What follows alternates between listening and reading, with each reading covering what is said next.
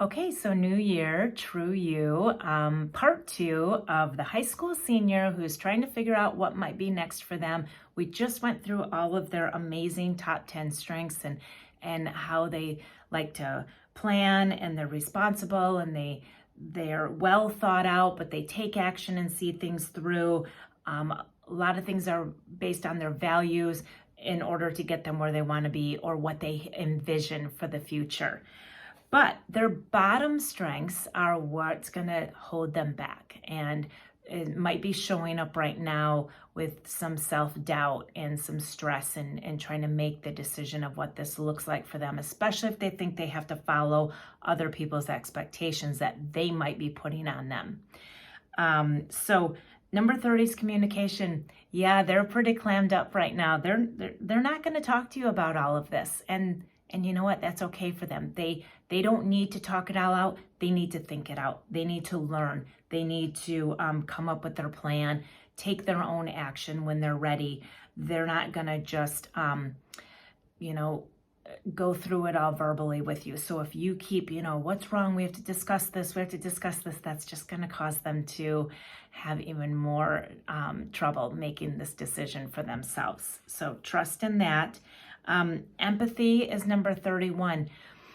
It's not up to them to feel what everybody else feels. So if you're parents of this high schooler who's struggling with making this decision and you're trying to have them see things from your perspective, or what do you think we're feeling about this as your parents? We've been supporting you all this time and now we just think that you should be doing this.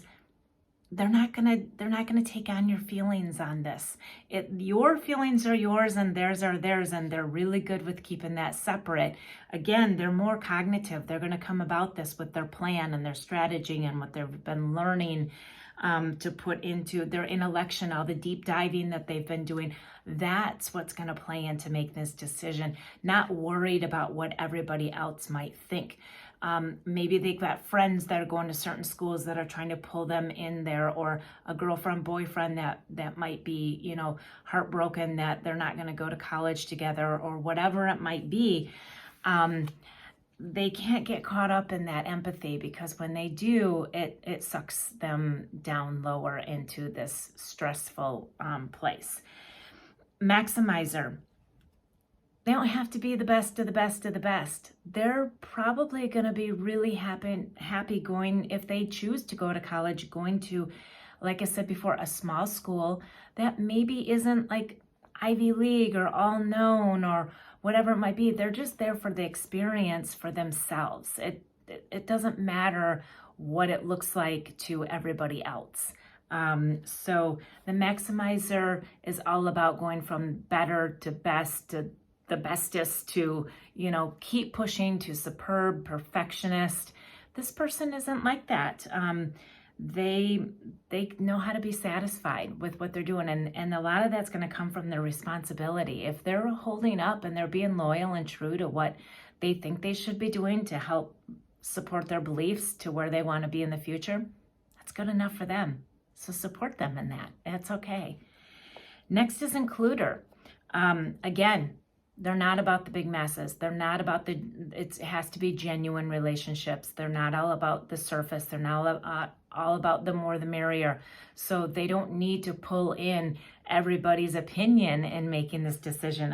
Where's input even on this? Input's 12 though. So they might care about where you're coming from, but not necessarily like making sure that you're personally a part of it.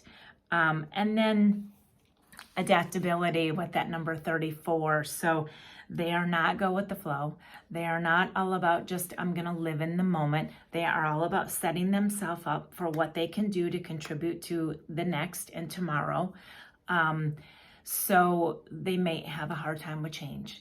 This might be a really, really difficult, especially if they're close with their family, with relator being number one. And now you've got you're going to go away to college. You're going to go away to college and you're going to have all these new things and all these changes and all these exciting experiences that are going to be coming up from you. That could be scaring the crap out of this poor teenager. It doesn't mean that they shouldn't do it.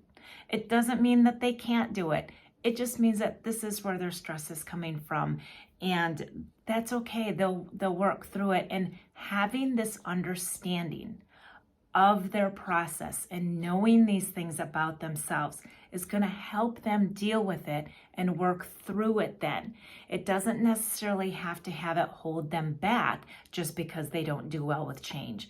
But when you know that about yourself, especially with this person having intellection high and really valuing doing these deep dives into themselves, then they can look at it and say, okay, I know it's going to be hard for me to leave my family or my friends or whoever their tight-knit circle is. I know that change is not comfortable for me, but I need to trust in the fact that I've learned about what's going to be the next step for me. I'm trustworthy in the decisions that I'm making for myself, not only for other people. And I'm confident that I'm going to make the right decision. And if I don't, then I will learn from that. I'll come up with a new plan, and I'll take action to figure it out next, and that's going to be okay. So all of it goes towards hanging on to those core beliefs and what you envision for the future. How you get there is all up to you, and you can do it.